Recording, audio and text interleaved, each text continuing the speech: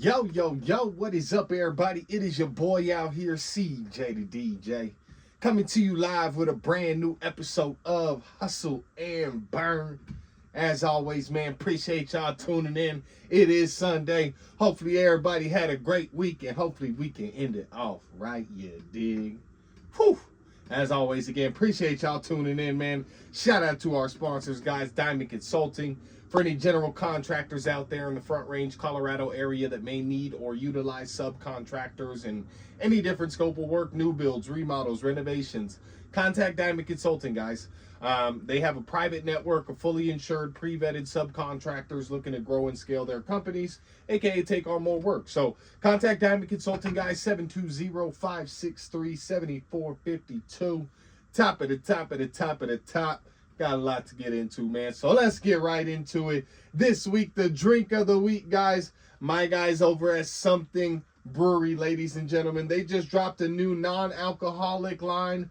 They got multiple drinks, guys, and the IPA is top-notch, top tier. Yeah, dig?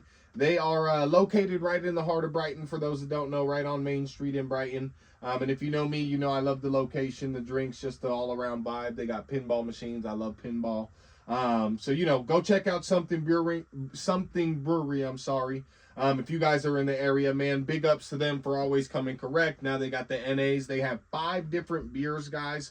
5 different NA beers, Pilsner, again, the IPA that I tried, absolutely stellar. They have an NA margarita. They have an NA cider as well. So lots on the menu, NA. While I was there, I saw 3 to 5 different people also order the NA drinks just to try them out, see what they're looking like. So definitely hot for them. Something Brewery, man, their NA line just released, and the IPA is top notch. Yeah, dig? Let's get into the Not For Long League, ladies and gentlemen. OTA madness this week, man. Guys showing up, guys not showing up. Guys like Stefon Diggs living his best life or maybe his worst life. I don't know. I can't tell. Who knows, man? This is just crazy for Stefon Diggs. The OTAs just kicked off. For those that don't know, you know, that's not mandatory practice for everyone, but it is voluntary. And so a lot of individuals do go to the OTAs. They want to gel with new teammates, things of that nature. Stefon Diggs, man, where is he? He's not on the field. He was spotted on a yacht with his alleged girlfriend, Cardi B, and a whole lot of freaks on that boat with him. But that's really not what has people talking. For those that haven't seen the video, and kind of what has folks buzzing is Diggs handing out what I call a Diddy powder. Everyone's calling it, you know, a pink substance, pink cocaine. I call it Diddy power. Like, that's what they said Diddy and all these guys were taking, you know. Pink cocaine is a mix of cocaine, ecstasy, MDMA, basically just all, like, you know, put together. But he essentially is seen on video giving this pink cocaine to 3 women and mumbling something like, you know, take that and we'll see, or some shit. I don't know, man. I don't know, Stefon Diggs. This man just signed a $70 million contract with the New England Patriots, okay? He's coming off a major ACL injury that ended his season last season. He's on a brand new team, has a brand new quarterback, a brand new system, especially with Vrabel and McDaniels over there again. And instead of gelling with his squad at OTAs, he's playing Puff Daddy cosplay, apparently, you know, on the yacht with old Cardi B in the background, just loving it. I don't know. That's a little goofy to me too, man. But you really can't make this shit up. I just think it's crazy. This man is really just broad daylight pulling out some pink cocaine. Like, Diddy isn't literally on trial for doing this type of shit, you know? Like, this is just wild behavior from Stefon Diggs. Meanwhile, the rest of the league's grinding, you know. You know what I mean? He's out here fucking handing out crazy party favors. Like, we at Coachella or something. You feel me? Like, but man, that was, they're saying that he's potentially, like, you know, gonna get released from the Patriots just because they're already not liking the development, the relationship that they have with Stefon Diggs. He essentially he hasn't attended too much, from my understanding. So we'll see. It's gonna get very interesting in New England this season. very interesting, especially since they did trade Joe Milton to the team down in Tejas, right? So now it's really all in on Drake May. So we'll see how Stefon Diggs and Drake May gel. Again, you would think you would want to be there in OTAs to try and gel with this new teammate, but Stefon's out here playing Puff Daddy cosplay. So we'll see, man. We'll see. Let's keep it pushing, keep it moving with the Not For Long League. Jonnu Smith, guys. This is a very big story to me. Jonnu Smith, guys, is on the trade block. Word is out from the Miami Dolphins, and this comes after, I don't want to say a monster season, right? But let's break it down. He set the Dolphins franchise record last season for a tight end in receptions, receiving yards, and touchdowns, bro. And touchdowns. He was the team's only Pro Bowl selection. Not Tyreek Hill, not nobody else on the team went to the Pro Bowl. Jonnu Smith was the only Pro Bowl selection for the Miami Dolphins this past season. And they don't want to sign him to a new contract. He's only, I believe, set to make $4.8 million, bro.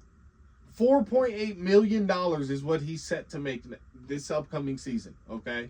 He's essentially approaching Miami saying, look, I just had a stellar season. I'm hot. I'm setting, franchise records here at the end of the day for my position. Can we renegotiate this contract that pays me fucking pennies? $4 million for these guys is what these rookies are signing for these days, realistically speaking, right? Like, we've all seen that. Even Shador, 5th-round pick, signed for $4 million, right? Like, you feel me? So it's like, at the end of the day, him making $4.8 million and him producing that much for the team, giving that much for the team, he's like, yo, can we just talk about this, renegotiate this? This is where the tight end market's at. And, that's kind of what gets fucked up about, when some of these guys sign big contracts, the Zach Ertz and things of that nature is, it resets these markets every time one of these players goes crazy with the contract, man. But, they don't want to pay him. It's just crazy. Basically, they don't want to rework the contract. The front office hit him with a fat no, sir, right? So, in my opinion, I think this is first of all, this is completely reasonable from his part, right? Only Pro Bowler on the roster, everything like that. This, to me, signals a way bigger issue than any cap issues or anything like that. This, to me, says that the front office doesn't actually believe in the roster as it's currently constructed right now. So they're saying we don't want to shell out essentially any money at this point to anyone else until we see how this season develops, because we don't trust this roster. And if this roster doesn't do well, like we don't think it's really going to do, we're blowing this whole fucking thing up. Tua's out of here, Tyreek's out of here, Mike McDaniel's out of here. Maybe if you produce again, Jonnu Smith, you'll get the contract, right? Like, that's essentially what the front office is saying. They don't believe in the roster. They don't trust Tua at all. And at the end of the day, like, can you blame them really, too? Like, playing devil's advocate on the front office's part. Like, can you blame them? You got Tyreek Hill, demanding, even though he came back and rescinded it, but, like, essentially asking for a trade in the media, bro. Like, he asked for a trade on social media this season. If you notice in his little top quarterbacks video, top 5 quarterbacks that he listed this season, last season he had Tua on it. This season he didn't have Tua on it. So, there's a lot of speculation coming out of Miami. That's very loud. Jalen Ramsey wants out of there too. He's about to be out of there ASAP. As soon as a deal can get done for him, he's going to be out of there, right? So it's like, Jonnu Smith, you're the only Pro Bowler. You're the most productive tight end we've ever had. And you want to even talk about a contract? No. Obviously, when you have that, when you have the Jalen Ramseys, the Tyreek Hills, and the Tuas, from a front office perspective, you don't believe in the roster. So that's why they don't want to sign him. But this is big for me because, again, this signals that it's probably open season in Miami, especially if they come out looking like duds, bro, the first, 5 to 7 weeks, bro. If Miami comes out looking like duds the first 5 to 7 weeks, it's open season on the Dolphins. They may fire Mike McDaniels, and they're going to make a couple trades before the deadline, for sure. It would be open season on these guys. They're trying to trade Tyreek.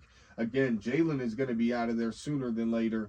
They can't trade Tua. No one's going to want him. He's damaged goods at this point, so he's going to have to finish his career most likely as a Miami Dolphin or a backup somewhere else. But Jonnu Smith, man, very interesting that they don't want to sign him. I just think, again, they can't contend at this point. For Dolphins fans, I'm sorry, but I think the Dolphins severely missed their window in terms of Super Bowl contention. I just don't think they're up there anymore in terms of Super Bowl contention with the rest of the league. And I don't think that they're going to be really anything this season. I think they're going to be in complete rebuild mode come middle of this season. I think they're going to realize that they should have went into it already, that they should already be trading these pieces. I think they should sign a Jonnu Smith. A tight end is really a fundamental piece of your franchise. If you have a good tight end and he blocks and he can catch the ball and he can get downfield and he can get his ass down, he doesn't fumble, shit like that. Like, you know, a big target person like Jonnu Smith is, at the end of the day, that's good for a franchise. That's good for a new incoming quarterback, which is what you most likely are going to have if Tua doesn't produce and work out. You got Quinn Ewers behind him, so maybe you give that kid a shot. We'll see. But Miami, y'all missed your window, man. Y'all missed your window. That's all I really got for the NFL, man. Wasn't too much else going on. Again, OTAs. Another notable thing I will point out, though, is Kirk Cousins sitting out of OTAs. And the reason I just think that is interesting is obviously, you know, Atlanta signed him to a mega contract, which was just stupid as hell. His agent is fire. Kirk Cousins' agent, go look bro up. He has signed some of the craziest contracts for this man. Fully guaranteed, too. So essentially, Atlanta signs him to a big contract. They draft Michael Penix Jr. He goes down with an injury. They go with Michael Penix Jr. Because he's just playing better last season realistically. And it sounds like they're full steam ahead with Michael Penix Jr. as the starter for the team. So, you know, looking at that from Kirk Cousins' perspective, it sounds like he does want to play football still. He still feels like he can be a starter on a team. He's not really interested in like mentoring. So he's another guy that, you know, he's not at OTAs right now. This is a, you know, $200 million quarterback, $250 million quarterback for the franchise that is a backup now. Oh shit. They just have him sitting as a backup, which is just crazy to be paying him that much. So, you know, I think it'll be interesting. Could we see a Minnesota reunion for Kirk Cousins? Could we see a potential Minnesota reunion for Kirk Cousins? I could definitely see that, right? Like, they're at this point not signing anyone, so they're going with J.J. McCarthy, it sounds like, as their starting quarterback. For those that don't know, that's the Michigan quarterback. He had back surgery as he came into the NFL. Hasn't started any football games, but it sounds like they're going to go with the young cat. I believe in him. We've seen him. The kid can ball, but we know sometimes the college level doesn't translate to the NFL level. And again, that speed is a lot different. So we'll see if J.J. McCarthy can translate. And, you know, Kirk Cousins could potentially be a viable option for Minnesota. I don't know. They're kind of, they're in a weird spot, man. Like, I kind of feel bad for Minnesota because, like, you know, think about Justin Jefferson. This is basically his third to fourth quarterback in the last 3 to 4 years, bro. Like, he just can't really get any consistency with what he's got going. He's still producing. Obviously, he's still productive, but still, as a top-tier wide receiver, that can get extremely frustrating for him. I think the only good thing is he's playing inside, so, you know, it's lengthening his career in that form. He probably adds an extra year or two as a wide receiver just because he is playing indoors most of the time in most cases. But, you know, I just think we'll see with Minnesota. Keep an eye on Kirk Cousins back to Minnesota. Because I don't know if, you know, a team's willing to take on, obviously no team is going to take on his fully guaranteed $200 million contract or whatever he's still owed, right? But if a team's willing to take on, let's say, 50 to 100 mil of that shit, Atlanta might just give him up, realistically, if he's not coming to OTAs, if he doesn't show up to, we'll see if he shows up to camp, right? Like, who knows at this point? This could be something where Kirk Cousins is like, if you're not going to start me, I'm not going to play for the franchise. I'm not going to show up. He said he's not interested in being a mentor, right? Like, similar to Joe Flacco and what he kind of put out there this week as well was like, I'm not here to mentor these guys at the end of the day. Yeah, like, if they ask me a question, I'm going to answer the question. But I'm not here to mentor these guys and, you know, lecture them on what they need to be doing in the league. That's not why I'm here. That's what Flacco was saying. So, you know, we'll see. But Kirk Cousins sitting out of OTAs for the Atlanta Falcons, man. Stefon Diggs playing Diddy cosplay. And Jonnu Smith, man, not getting the new contract. That's the NFL chat for the week, man. Let's move on to the music. We'll make it quick for the music, man. Drizzy Drake, the GOAT. The GOAT, man, became the first artist ever with 10 certified diamond songs, man. For those that don't know what a diamond plaque is, this is 10 million copies sold, or, you know, around 15 billion streams, bro, for a song. So let that sink in. He has 10 songs, bro, that have crossed that feat. That's 150 billion streams worth of music, bro. That's absolutely insane. You hear that, bro? 150 billion streams, essentially, to reach that feat, bro. To have 10 certified diamond songs. That's absolutely insane, man. Shout out to the GOAT. And, you know, even though Kendrick canceled Drake back in 2024, Drake is actually this year in 2025 the #1 highest selling artist of the year thus far. From his album, obviously, with Party Next Door. He is the top selling album in terms of album units this year. Album dropped in February. Still hasn't been knocked off. It's a real album of the year candidate. They really can't deny this one, man. And, you know, he let Kendrick have his fun. Now it's over. He got a new album on the way. Iceman by Drake coming this summer, he announced.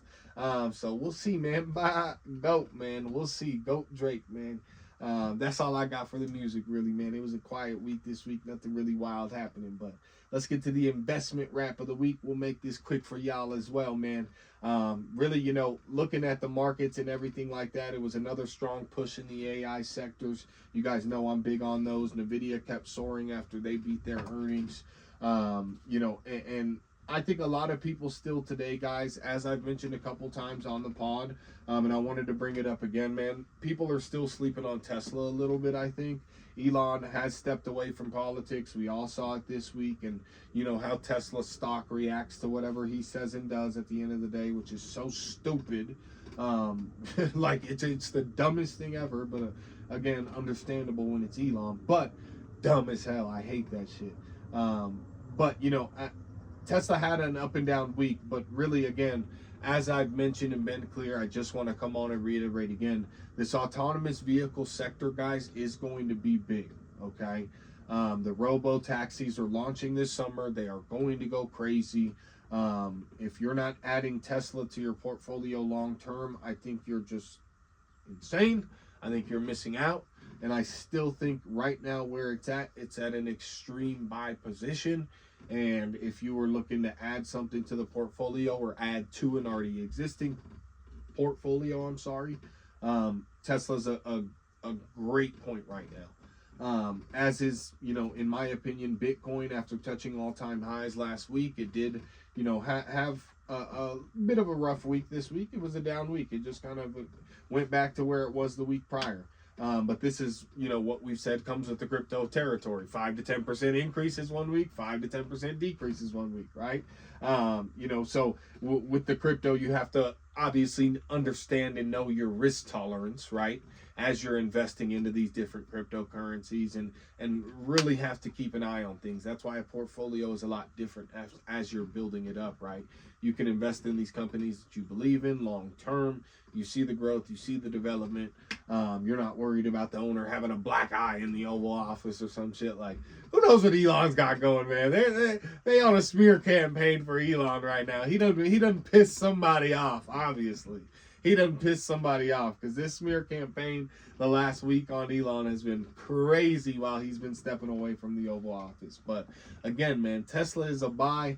You know, Bitcoin, really, you got to understand your risk tolerance as you see these weeks. If you're in it and you had a down week, just understand, and you should know what it is already. It was just a down week. It's going to go back up. It just hit all-time highs again and retested that point. So do we have a top for Bitcoin? Is that the highest it's going to go, and are we going to start to see it trickle down again? Or is it going to go up again and retest that? We got to see. We got to pay attention. We got to keep an eye on it, man. But my main stocks spotlight this week, guys, is another one that I've chatted about with you guys many times already.